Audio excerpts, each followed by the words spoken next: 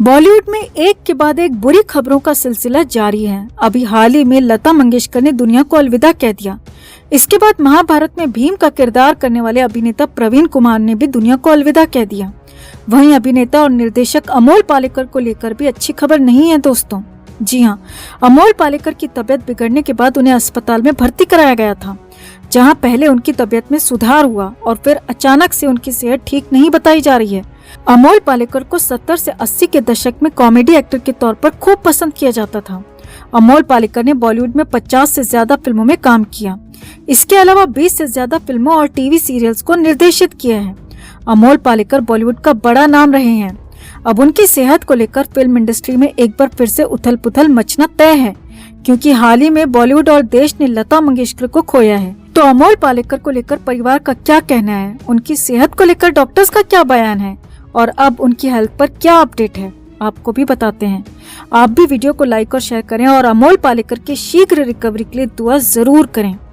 तो अभिनेता फिल्म निर्देशक अमोल पालेकर की तबीयत बिगड़ने के बाद उन्हें पुणे के दीनानाथ मंगेशकर अस्पताल में इलाज के लिए भर्ती कराया गया, जहां उनकी दूसरी पत्नी संध्या गोखले उनके साथ मौजूद हैं। खुद संध्या गोखले ने 10 फरवरी को सुबह इसकी पुष्टि करते हुए बताया कि अमोल पालेकर की तबीयत को लेकर चिंता करने की कोई बात नहीं है, वो अब ठीक हो रहे हैं और पहले से उनका स्वास्थ्य काफी बेहतर है। मगर इसके कुछ घंटे बाद ही अमोल पालेकर की अचानक तबीयत बिगड़ गई, जिसके बाद उन्हें आईसीयू में शिफ्ट करने की खबरें दीनानाथ मंगेशकर अस्पताल से आ रही हैं। अमोल पालेकर की पत्नी ने बताया कि उनकी पुरानी बीमारी के इलाज के लिए अस्पताल में भर्ती किया गया था। 10 साल पहले उन्हें इसी बीमारी के चलते अस्पताल में एडमिट किया गया था। उस वक्त भी बड़ी मुश्किल से उन्हें बचाया गया था और अब एक बार फिर से उन्हें इसी बीमारी के चलते अस्पताल में एडमिट कराना पड़ा है और अब उनकी हालत बिगड़ती जा रही है। आपको बता दें, 77 साल के अमोल पालेकर ने 2 शादियां की थीं। पहली पत्नी चित्रा पालेकर से साल 2001 में तलाक हुआ था, जिसके बाद अमोल पालेकर ने संध्या गोखले से साल 2001 में ही शादी रचा ली थी। अभिनेता अमोल पालेकर 70 से 80 के दशक में गोलमाल, घरौंदा, रंग बिरंगी, श्रीमान श्रीमती, रजनीगंधा, चितचोर, नरम गरम, भूमिका, छोटी सी बात और सावन जैसी कई फिल्मों में अपने किरदार से लोगों में अपनी अलग पहचान बना चुके हैं। उनकी कॉमेडी को दर्शक खूब पसंद किया करते थे। साल 1971 में अपने करियर की शुरुआत करने वाले अमोल पालेकर ने बॉलीवुड में करीब 1.5 दशक तक फिल्मों में काम किया और उन्हें एक बार इसके लिए फिल्म फेयर अवार्ड भी मिला। 1980 में यह अवार्ड उन्हें फिल्म गोलमाल के लिए दिया गया था। इसके अलावा रजनीगंधा, गरौंदा, छोटी सी बात फिल्में भी उनके करियर की बेहतरीन फिल्मों में से मानी जाती हैं। इनमें से छोटी सी बात लो बजट की फिल्म थी, जिसकी सफलता ने उस वक्त बॉलीवुड में हलचल मचा दी थी, क्योंकि छोटे बजट की इस फिल्म ने उस वक्त कमाई के मामले में बॉक्स ऑफिस के कई रिकॉर्ड्स तोड़ दिए थे। इस फिल्म के लिए अमोल पालेकर को एक बार फिर से फिल्म फेयर के लिए नॉमिनेट किया गया था। अमोल पालेकर सिचुएशनल कॉमेडी के लिए मशहूर थे। फिल्म गोलमाल में वो डबल रोल में खूब जमे थे और उनकी गोलमाल फिल्म आज भी खूब देखी जाती है। उनकी गोलमाल फिल्म की तर्ज पर ही रोहित शेट्टी ने भी गोलमाल के कई सीक्वल्स बना दिए।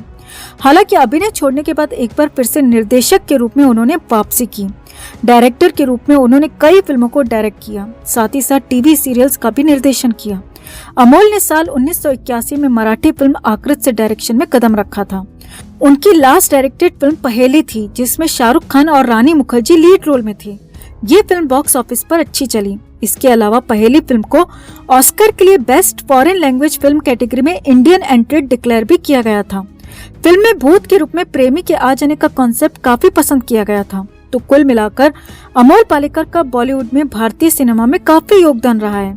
उन्होंने अपनी कॉमिक टाइमिंग के जरिए दर्शकों का सालों तक खूब मनोरंजन किया है। अब ऐसा कलाकार अस्पताल में बिस्तर पर पड़ा है। डॉक्टर्स का कहना है कि अभी उनकी हालत को लेकर कुछ भी स्पष्ट तौर पर नहीं कहा जा सकता। अगले 2 दिन अमोल पालेकर के स्वास्थ्य के लिए काफी मुश्किल भरे हो सकते हैं और इस खबर से बॉलीवुड में एक बार फिर से उथल पुथल मच गई है। फिलहाल तो अमोल पालेकर को लेकर, उनके स्वास्थ्य को लेकर और उनकी शीघ्र रिकवरी को लेकर दुआओं का दौर जारी है। तो TrustedNetWorth.com की एक रिपोर्ट की माने तो लता मंगेशकर की कुल प्रॉपर्टी करीब 50 मिलियन अमेरिकी डॉलर के आसपास है, जो कि भारतीय रुपयों में तकरीबन 370 करोड़ रुपए होती है। ये तो वो प्रॉपर्टी है जो कि लता जी ने अपनी गायकी से कमाई। इसके अलावा लता जी की अधिकांश कमाई उनके गानों की रॉयल्टी और उनके निवेश से आती है, जो कि उनके जाने के बाद भी जारी रहेगी। लता मंगेशकर ने पहली बार मराठी फिल्म किती हसल के लिए गाना गाया था। हालांकि उनका पहला गाना कभी रिलीज नहीं हुआ। कहा जाता है कि लता मंगेशकर की पहली कमाई केवल 25 रुपए थी, लेकिन अपने अंत तक वो करोड़ों की संपत्ति की मालिक बन चुकी थी, जो कि उनकी बेजोड़ मेहनत का नतीजा था। अपने आखिरी समय में भी लता मंगेशकर की मंथली इनकम 40 लाख के आसपास थी और सालाना उनकी आय करीब 6 करोड़ बताई जा रही है। ये कमाई वो कमाई है जो कि वो बिना गाए कमा रही थी। इसके अलावा भारत रत्न लता जी का साउथ मुंबई के पैडर रोड पर एक घर है जिसका नाम प्रभु कुंज भवन है। वो इसी में रहा करती थी। रिपोर्ट्स की माने तो इस घर की कीमत भी करोड़ों में है, क्योंकि जिस इलाके में ये घर है वो इलाका मुंबई का सबसे पॉश और आलीशान इलाका माना जाता है। यहाँ घर होना मतलब कि करोड़ों की प्रॉपर्टी होना है। इसके अलावा pressreader.com की एक रिपोर्ट के मुताबिक लता मंगेशकर कारों की भी बेहद शौकीन थी। उनके नाम पर एक शेवरले ब्यूक और एक क्रिसलर है। लता मंगेशकर को फिल्म निर्माता यश चोपड़ा ने वीर ज़ारा के गाने के रिलीज होने के बाद एक मर्सिडीज कार भी गिफ्ट दी थी। ये सभी लग्जरी कारें हैं जिनकी कीमत लाखों में है। लता मंगेशकर को गहनों का भी काफी शौक था। सोने और हीरे के आभूषण उन्हें बेहद पसंद थे। रिपोर्ट्स की माने तो लता जी अपने पीछे लाखों करोड़ों के जेवर भी छोड़कर गई हैं। कुल मिलाकर लता मंगेशकर अपने पीछे अरबों की संपत्ति छोड़कर गई हैं। और अब मुंबई से जो रिपोर्ट आ रही है वो ये है कि लता जी के जाने के बाद उनके रिश्तेदारों के बीच प्रॉपर्टी को लेकर अंदरूनी कलह शुरू हो चुकी है। हालांकि बाहर किसी ने कुछ नहीं कहा। ऑफिशियली इस बात की किसी भी तरह की कोई पुष्टि नहीं हुई है, मगर करीबी सोर्सेज की माने तो प्रॉपर्टी को लेकर द्वंद्व शुरू हो चुका है। मध्य प्रदेश के इंदौर में जन्मी लता मंगेशकर 5 भाई बहन थे। तीनों बहनें आशा भोसले, मीना खड़ेलकर और उषा मंगेशकर और एक भाई हृदयनाथ मंगेशकर। आशा भोसले तो खुद अरबों की संपत्ति की मालिक हैं और उनकी पहचान बताने की जरूरत नहीं है कि वो कितनी बड़ी गायिका हैं। लता मंगेशकर के भाई हृदयनाथ मंगेशकर भी म्यूजिशियन हैं और वो भी लाखों करोड़ों की संपत्ति के मालिक हैं। बाकी दोनों बहनें भी प्लेबैक सिंगिंग और कंपोजर के तौर पर जानी जाती हैं। मतलब ऐसा नहीं है कि किसी के पास भी पैसे की कोई कमी है। सब अपनी अपनी मेहनत से काफी मात्रा में प्रसिद्धि और पैसा दोनों हासिल कर चुके हैं, मगर फिर भी जो खबरें आ रही हैं वो वाकई में दिल तोड़ने वाली हैं। अब ये तो सभी जानते हैं कि लता मंगेशकर ने आजीवन शादी नहीं की थी। ऐसे में उनके पीछे उनकी बहनें, उनके भाई और उनके परिवार ही हैं। लता जी के निधन के बाद उनको मुखाग्नि भी उनके भाई हृदयनाथ मंगेशकर और भतीजे ने दी थी। तो माना जा रहा है कि वो ही लता दीदी की संपत्ति के हकदार बन सकते हैं, मगर इसे लेकर कोई आधिकारिक जानकारी अभी तक सामने नहीं आई है।